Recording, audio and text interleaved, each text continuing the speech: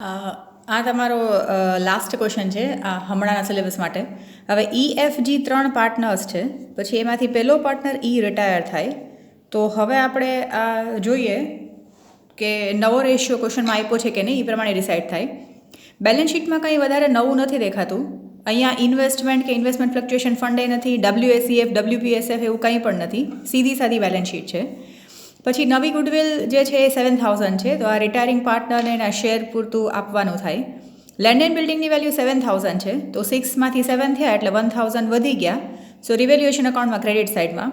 Furniture 2,000 થઈ ગયું, તો ફર્નિચરમાં ઘટાડો થયો ને, ડિક્રીઝ છે 1,000નું. સો રિવેલ્યુએશન અકાઉન્ટમાં ડેબિટ સાઇડ. સ્ટોક જે છે એ ઓવર વેલ્યુ કર્યો છે 10%થી. એના મતલબ કે આ 6,600 છે એ 110%, 110% એ 6,600 છે. સો 100% એ 6,000 હશે. સો 600 વધારે છે. સો ડિક્રીઝ કરવા માટે રિવેલ્યુએશન અકાઉન્ટમાં ડેબિટ સાઇડમાં. પછી આપ્યું છે કે 5,000 આપણે ઈને તાત્કાલિક પે કરી દેશે ને, immediately paid, and the balance is to be transfer to his loan account. હવે આમાં લાસ્ટમાં કીધું છે કે F&G will bring necessary cash in equal proportion in such a manner that E is to be paid his dues fully and 2,000 remain as a working capital. હવે અહીંયા એ લોકો આ વર્ડ યુઝ કરે છે, E is to be paid his dues fully. એનો મતલબ કે આજે અત્યારના આપણે 5,000 દેવાની વાત કરીએ ને એની જ વાત કરવાની છે, બિકોઝ કેશ બેલેન્સ ખાલી 400 છે. તો આને 5,000 દેવા માટે જેટલા પણ લઈ આવવાની જરૂર પડશે અમાઉન્ટની, એ લોકો ઇક્વલી લઈ આવશે, અને એવી રીતે લઈ આવશે કે લાસ્ટમાં કેશ બેલેન્સ જે છે ને એ 2,000 બચે. જો આમાં એ લોકોને કેપિટલ પોતાના નવા PSRમાં રાખવું છે કે એવું કંઈ જ નથી, એટલે આપણે કહી શકીએ કે આ કેશ બેલેન્સ 4,000 છે, રાખવાનું 2,000 છે. આપણે એમનેમ જ રફલી કેશ એકાઉન્ટ બનાવીએ. જો આપણે રફલી જ કેશ એકાઉન્ટ બનાવીએ તો ઓપનિંગ બેલેન્સ 400 છે, રાખવાનું છે 2,000, પછી આ ઈને પે કરવાના છે 5,000. સો ટોટલ 7,000ની રિક્વાયરમેન્ટ છે, ખાલી 400 જ છે. સો 7,000માંથી 400 માઇનસ કરીએ તો 6,600 લઈ આવવાના થાય, તો એ આ લોકો બેય લઈ આવશે ઇક્વલી, એટલે 3,300. એટલે આટલું જ ખાલી નવું છે. આમાં પાર્ટનરના ક્લોઝિંગ કેપિટલ બેલેન્સીસ નવા PSRમાં રાખવાના કે એવું કંઈ જ નથી, ખાલી આટલું જ કેલ્ક્યુલેશન છે કે 2,000 વર્કિંગ કેપિટલ, એટલે સૌથી છેલ્લે 2,000 રાખવા, અને 5,000 ઈને પે કરવા. જેટલા પણ પૈસાની જરૂર પડશે એ આ લોકો બે ઇક્વલી લઈ આવશે. તો આપણે રિક્વાયરમેન્ટ 7,000ની છે અને કેશ બેલેન્સ ઓલરેડી 400 છે, સો 6,600ની રિક્વાયરમેન્ટ છે એવું આપણે કહી શકીએ. એટલે સમ કમ્પેરેટિવલી ઇઝી છે. જે આપણે એની પહેલાંના સમ્સ જોયા હતા, આ બધામાં કેમ આખું બધું કેલ્ક્યુલેશન્સ કરવું પડતું હતું એની પહેલાંના સમ્સમાં, જેમાં કેપિટલ બેલેન્સીસ રાખવાના હોય નવા PSRમાં, તો એટલું બધું કોમ્પ્લિકેટેડ આ છે નહીં. હવે ક્વેશ્ચનમાં જોઈએ તો ન્યૂ PSR નથી આપ્યો, તો આપણે કહી શકીએ કે ઓલ્ડ રેશિયો છે ઇઝ ઇક્વલ ટુ જે ગેઇન રેશિયો હશે. તો અહીંયા આ ત્રણ પાર્ટનર્સ છે EFG, એમાંથી E જે છે એ રિટાયર થાય છે. તો હવે નવો PSR 3:3 હશે, દેટ ઇઝ 1:1 ઓર ઇક્વલ કહી શકીએ, અને એ જ ગેઇન રેશિયો હશે એવું પણ કહી શકાય. તો હવે આપણે અહીંયા ગુડવિલની નવી વેલ્યુ આપી છે. ન્યૂ ગુડવિલની વેલ્યુ આપણને આપી છે 7,000. હવે is share in goodwill. So is share in goodwill calculate કરીએ, સો 7,000 મલ્ટીપ્લાઇડ બાય 4 ડિવાઇડેડ બાય 4, 5, 6, 7, 8, 9 અને 10. સો એના મતલબ કે એને 2,800 જે છે એ દેવાના થાય. તો એ 2,800 જે દેવાના થાય એ આ લોકો બે ઇક્વલી દેશે, એટલે એફ્સ કેપિટલ અકાઉન્ટ ડેબિટ, પછી જીસ capital account debit to is capital, એમાં 2,800, અને બે ઇક્વલી આપશે એટલે 1,400 આપશે. તો આ ગુડવિલની એન્ટ્રી થઈ ગઈ એના ગેઇન રેશિયોમાં. ગેઇન રેશિયો પણ આ 3:3 કયો કે 1:1 કયો, gain ratio is equal to new ratio છે. પણ આમાં આપણે ન્યૂ રેશિયોનું કંઈ કામ નથી, કારણ કે કેપિટલ બેલેન્સીસ ન્યૂ રેશિયોમાં રાખવાના નથી. એટલે ગુડવિલનું આટલું કેલ્ક્યુલેશન પતી ગયું. હવે આનું પોસ્ટિંગ કરીએ તો F અને Gમાં બેયમાં ડેબિટ સાઇડમાં અહીંયા 1,400, અહીંયા પણ 1,400 આ લોકો આપશે ઈને. સો ટુ ઇઝ કેપિટલ, બ્રેકેટમાં કહી શકીએ કે આ ગુડવિલ રિલેટેડ એન્ટ્રી છે, અને ઈને આ લોકો બે તરફથી અલગ અલગ અમાઉન્ટ મળશે, 1,400 અને 1,400. તો પહેલાં મળશે બાય એફ્સ કેપિટલ અને અહીંયા આગળ બાય જીસ કેપિટલ બ્રેકેટમાં ગુડવિલ. તો ગુડવિલની જે ફર્સ્ટ એન્ટ્રી છે એ પતી ગઈ. હવે લેન્ડ એન્ડ બિલ્ડિંગની વેલ્યુ 7000 થઈ ગઈ. તો લેન્ડ એન્ડ બિલ્ડિંગમાં 1000નો ઇન્ક્રીઝ છે. તો અહીંયા બાય લેન્ડ એન્ડ બિલ્ડિંગ અહીંયા 1000 જે વધ્યા એ અને બેલેન્સ શીટમાં હવે 6ની બદલે 7000 થઈ ગયા. સો બેલેન્સ શીટમાં એસેટ સાઇડમાં લેન્ડ એન્ડ બિલ્ડિંગ સૌથી પહેલાં 6000 હતા, એમાં 1000નો ઇન્ક્રીઝ છે એટલે 7000 થઈ ગયા. પછી લેન્ડ એન્ડ બિલ્ડિંગ પછી ફર્નિચરની વેલ્યુ જે છે એ 2000 થઈ ગઈ. તો ફર્નિચર હતું 3000.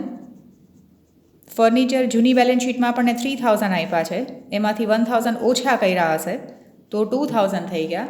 ડિક્રીઝ છે એટલા માટે રિવેલ્યુએશન અકાઉન્ટમાં ડેબિટ સાઇડમાં ટુ ફર્નિચર અહીંયા 1000 કારણ કે 1000નું રિડક્શન છે.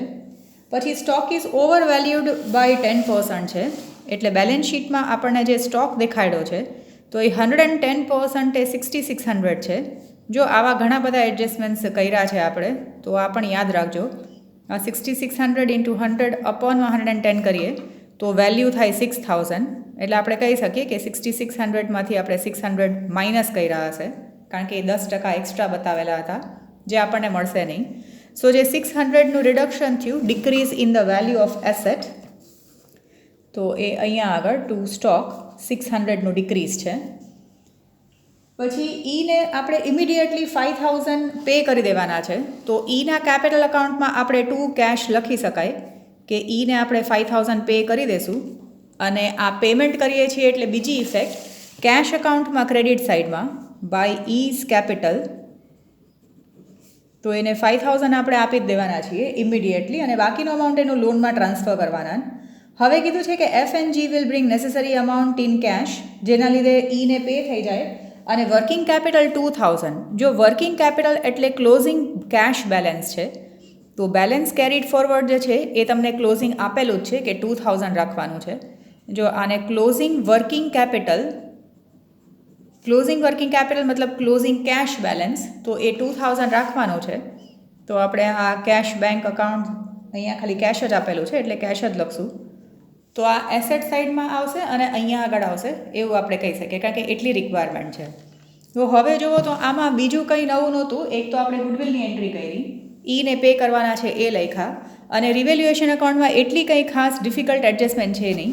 એક ખાલી સ્ટોકમાં તમારે આ જોવાનું હતું કે 110% એ બતાવેલું છે, ઓવર વેલ્યુડ કરેલું છે એટલે 6600ના 10% નથી કરવાના. 6600 પોતે જ 110% એ બતાવ્યું છે તો 100% એ કેટલું થાય એ આપણે કેલ્ક્યુલેશન કરીને એક્સ્ટ્રા જે આપણે ઇન્ક્રીઝ કરીને બતાવ્યું છે એને આપણે ઓછું કરી નાખશું. સો આપણે એને કોસ્ટ પ્રાઇઝે બતાડી શકાય. હવે બાકીનું બધું લખવાનું સ્ટાર્ટ કરીએ. તો સૌથી પહેલાં કેપિટલ બેલેન્સીસ છે તો બાય બેલેન્સ બ્રોટ ફોરવર્ડ કરીએ. સો ઈનું છે 8000, પછી 5000 અને 2000. એના પછી જનરલ રિઝર્વ 2000 છે તો એ ડિસ્ટ્રીબ્યુટ થઈ જશે ત્રણેયમાં. જનરલ રિઝર્વ 2000 છે અને એ લોકોનો પ્રોફિટ શેરિંગ રેશિયો જે છે એ 4:3:3 છે. સો 2000 ઇન્ટુ 4/10 કરશું તો 2 4 800, પછી 2 3 600 અને 600. એટલે જનરલ રિઝર્વ આપણે હંમેશા ઓલ્ડ પીએસઆરમાં, જો બધામાં ઓલ્ડ પીએસઆર જ છે, ખાલી ગુડવિલમાં જ આમાં ગેઇન રેશિયો હશે, એડમિશન ચેપ્ટર હશે તો સેક્રિફાઈસ રેશિયો હશે. જનરલ રિઝર્વ પછી ક્રેડિટર્સ અને બિલ્સ પેએબલમાં કાંઈ ચેન્જીસ નથી તો ક્રેડિટર્સ આપણે એઝ ઇટ ઇઝ લખી નાખીએ 8000 અને બિલ્સ પેએબલ પણ એઝ ઇટ ઇઝ લખી નાખીએ 2000 કારણ કે એ બેમાં કંઈ ચેન્જીસ નથી. બિલ્સ પેએબલ પણ 2000 છે. એસેટ સાઇડથી સ્ટાર્ટ કરીએ તો જૂની ગુડવિલ છે જે આપણે બંધ કરશું. આ ઓલ્ડ ગુડવિલ ઇન ઓલ્ડ પીએસઆર. તો ઓલ્ડ ગુડવિલ આઈપી છે 1000, તો 1000 છે અને ટોટલ એ 10 થાય છે. સો ડાયરેક્ટલી આપણે 400, 300 અને 300 હશે એવું આપણે કહી શકાય. પછી લેન્ડ એન્ડ બિલ્ડિંગની નવી વેલ્યુ આપણે લખાઈ ગઈ બેલેન્સ શીટમાં. લેન્ડ એન્ડ બિલ્ડિંગ પછી ફ્રી હોલ્ડ એસેટ્સ છે જેમાં કંઈ ચેન્જીસ નથી. સો ફ્રી હોલ્ડ એસેટ્સ જેમાં કંઈ ચેન્જીસ નથી એ એઝ ઇટ ઇઝ એસેટ સાઇડમાં 3000. પછી ફર્નિચરની નવી વેલ્યુ લખાઈ ગઈ, સ્ટોકની નવી વેલ્યુ લખાઈ ગઈ. ડેટર્સમાં કંઈ ચેન્જીસ નથી, તો ડેટર્સ આપણે એઝ ઇટ ઇઝ લખી નાખીએ 7000 અને કેશ બેલેન્સ છે એ 400. સો કેશ અકાઉન્ટમાં ડેબિટ સાઇડમાં ટુ બેલેન્સ બ્રોટ ફોરવર્ડ અહીંયા 400. તો હવે આ બધું જ પતી ગયું એટલે આપણે રિવેલ્યુએશન પ્રોફિટ કે લોસ ફાઇન્ડ આઉટ કરવાનું ટ્રાય કરીએ. તો અહીંયા જોશું તો ડેબિટ સાઇડનો ટોટલ 1600 છે, ક્રેડિટ સાઇડમાં 1000 છે. તો એનો મતલબ કે આપણને રિવેલ્યુએશન લોસ આવશે 600નો, એ જશે પાર્ટનર્સ કેપિટલ અકાઉન્ટમાં. સો પાર્ટનર્સ કેપિટલ રિવેલ્યુએશન લોસ અને EF અને Gમાં આપણે ડિસ્ટ્રીબ્યુટ કરીએ તો 600 ઇન્ટુ 4/10 એટલે 240 હશે. પછી 6 3 18 અને 6 3 18. તો પાર્ટનર્સ કેપિટલ અકાઉન્ટમાં એ ડેબિટ સાઇડમાં ટુ રિવેલ્યુએશન અકાઉન્ટ બ્રેકેટમાં રિવેલ્યુએશન લોસ, તો આના 240 180 અને 180 એ ડિસ્ટ્રીબ્યુટ થઈ ગયું. હવે આપણે બીજું કંઈ કરવાનું બાકી નથી રહેતું. હવે આપણે એક એક પાર્ટનરનું બેલેન્સ ગોતીએ. તો હવે જેમ છે એમ જ, જેમ કે પહેલાં છે તો ક્રેડિટ સાઇડનું ટોટલ કરીએ. અહીંયા થોડું જગ્યા છોડીને આપણે નીચે બેલેન્સ લખીએ એટલે આપણને જગ્યા મળે બાકીની કંઈ એન્ટ્રી લાસ્ટમાં લખવા માટે. હવે માં આપણે ક્રેડિટ સાઇડનું ટોટલ કરીએ તો 8000 પ્લસ 1400 પ્લસ 1400 પ્લસ 800 એટલે 11600 છે.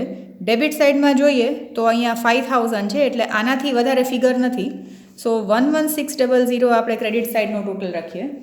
એમાંથી -400 પછી -240 અને માઇનસ આપણે એને 5000 કરીએ તો હજી આપણે એને 5960 દેવાના થાય, જે આપણે એના લોન અકાઉન્ટમાં ટ્રાન્સફર કરશું. આ ઇઝ લોન અકાઉન્ટ. તો 5960 આપણે એના લોન અકાઉન્ટમાં ટ્રાન્સફર કરશું કારણ કે એટલા આપણી પાસે દેવા માટે છે નહીં. અને બેલેન્સ શીટમાં લાયબિલિટી સાઇડમાં આ ઇઝ લોન 5960 એ ત્યાં ટ્રાન્સફર થઈ જશે. હવે F અને Gમાં આપણે બેલેન્સ ગોતીએ. જો મોસ્ટલી આપણે જોઈએ છીએ તો ક્રેડિટ સાઇડનો ટોટલ જ વધારે દેખાય છે. અહીંયા 5000 2000 છે, અહીંયા કદાચ હોઈ શકે 2600 છે તો 14 15 16 17 એટલે અહીંયા ઓછા જ છે. તો ડાયરેક્ટલી ક્રેડિટ સાઇડનો ટોટલ લખીએ તો અહીંયાનો ટોટલ 5600. ઓકે, હા, હજી એક એન્ટ્રી મેઇન બાકી રહી ગયું. આપણને જે કીધું હતું બેલેન્સ ગોતતા પહેલાં કે રિટાયરિંગ પાર્ટનરને જે દેવા માટે અને સફિશિયન્ટ અમાઉન્ટ નથી તો એ આ લોકો બે લઈ આવશે. સો અહીંયા એફ્સ કેપિટલ જે પહેલાં એક્સપ્લેન કર્યું હતું એ કે કેશ અકાઉન્ટમાં ઓપનિંગ બેલેન્સ છે, ક્લોઝિંગ બેલેન્સ આપેલું છે, આને કેટલા દેવાના છે એ પણ ખબર છે. સો આ એફ્સ કેપિટલ જેમ કે આપણે આ કેલ્ક્યુલેશન કરીએ કે 5000 દેવાના અને 2000 રાખવાના છે અને -400 કરીએ તો 6600ની રિક્વાયરમેન્ટ છે, જે ઇક્વલી લઈ આવશે આ બે પાર્ટનર્સ. તો અહીંયા એફ્સ કેપિટલ અને જીસ કેપિટલ એ 6600ના હાફ એ લોકો બે લઈ આવશે. સો 3300 લઈ આવશે. ઓકે, મેં પહેલાં એક્સપ્લેન કર્યું હતું એટલે અહીંયા એન્ટ્રી કરતાં ભૂલાઈ ગયું, એટલે એ કર્યા પછી જ બેલેન્સ ફાઇન્ડ આઉટ થશે. સો અહીંયા આગળ બાય કેશ એફ પણ લઈ આવશે 3300 અને જી પણ લઈ આવશે 3300. તો હવે આપણે આના બેલેન્સીસ ફાઇન્ડ આઉટ કરી શકાય, કારણ કે આ સમમાં ખાલી એ જ એક ઇમ્પોર્ટન્ટ હતું કે આ રિટાયરિંગ પાર્ટનરને દેવા અને ક્લોઝિંગ વર્કિંગ કેપિટલ 2000 રાખવા જે અમાઉન્ટની જરૂર છે એ લોકો ઇક્વલી લઈ આવે છે. સો હવે એફનું ક્રેડિટ સાઇડનું ટોટલ કરીએ. સો 5000 પ્લસ 600 પ્લસ 3300 પછી -1400 -300 અને -180 કરીએ.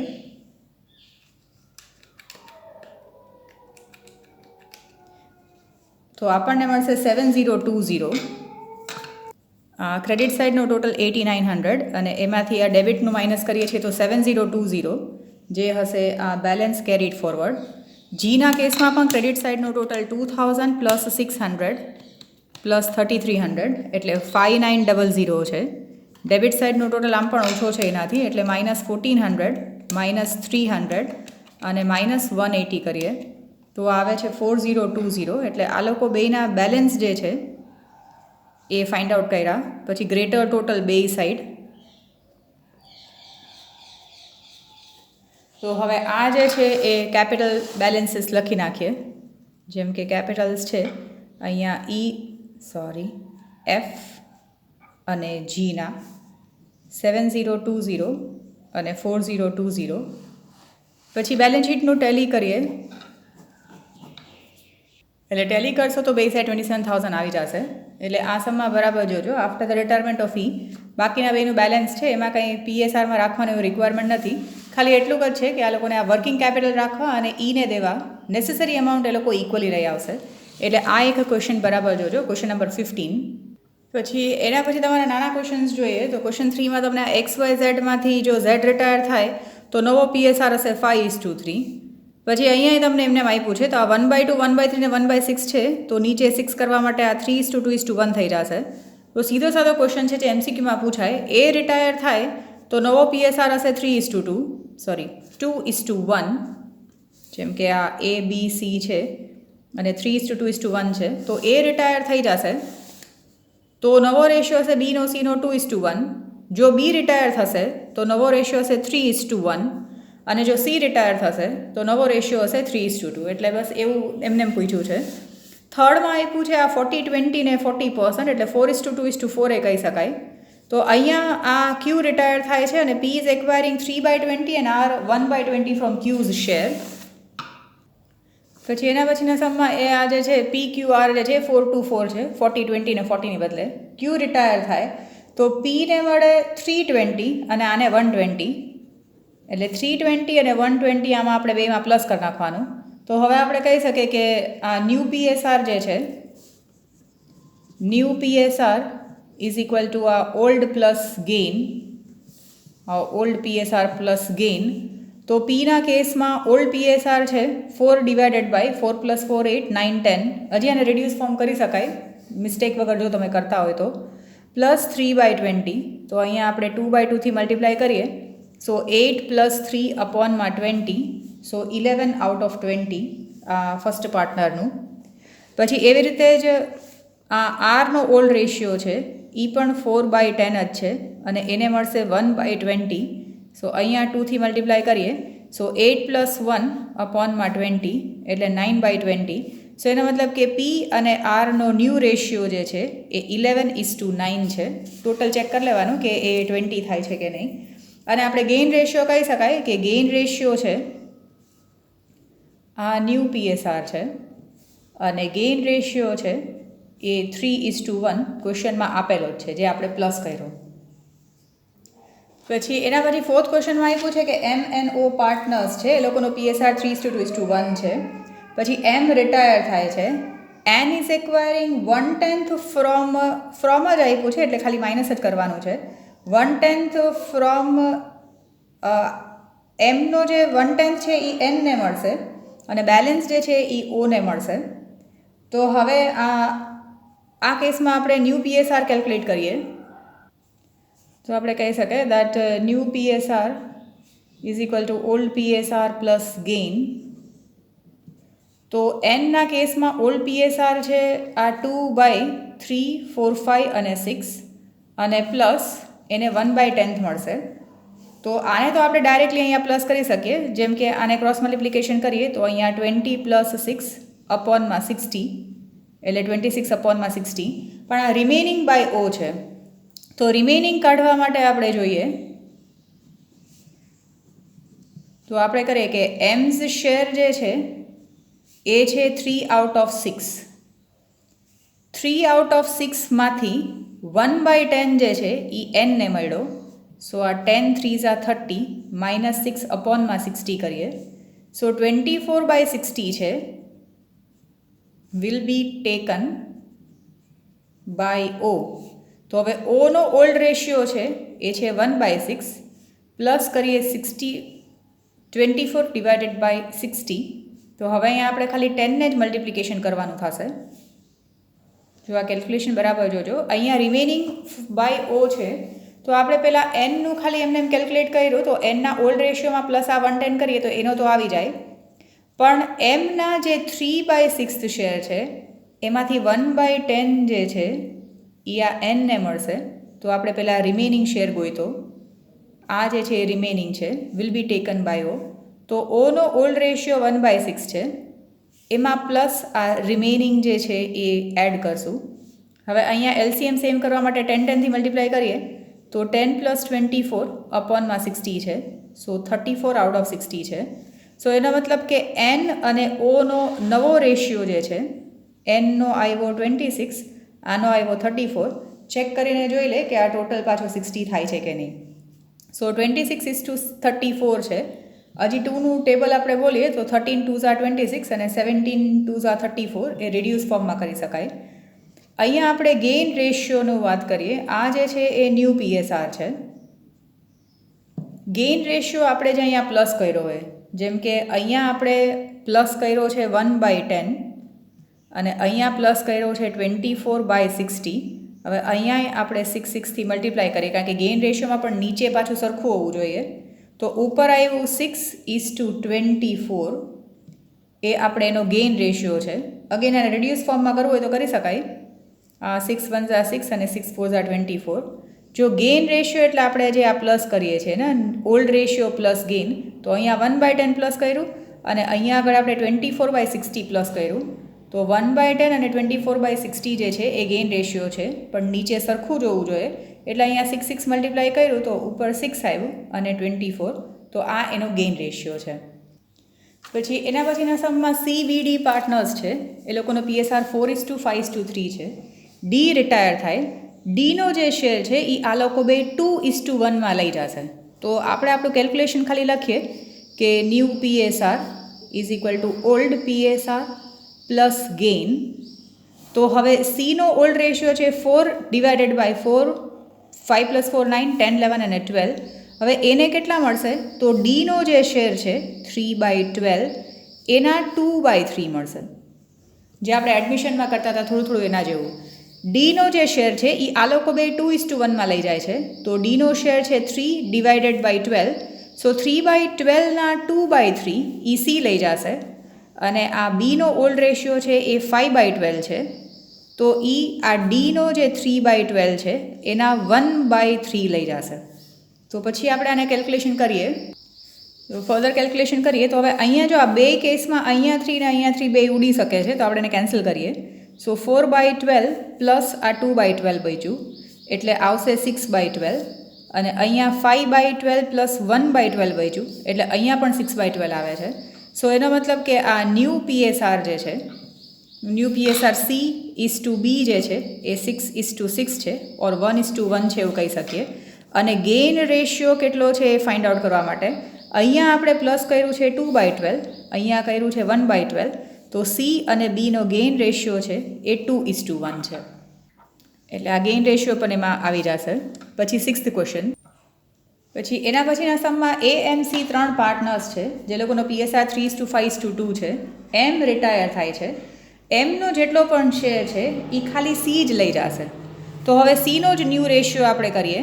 તો આ new ratio is equal two old PSR plus, તો ઓલ્ડ PSR આ સીનો છે એ છે તમારો 2, 5, 6, 7, 8, 9, 10, 2/10 પ્લસ એમનો જે શેર છે 5/10 એ પૂરેપૂરો એને મળી જશે. સો 2 + 5/10 કરીએ તો 7/10. હવે એનો શેર જે છે એ 3/10 છે, જેમાં કંઈ જ ચેન્જ નથી, તો એ એઝ ઇટ ઇઝ રહેશે.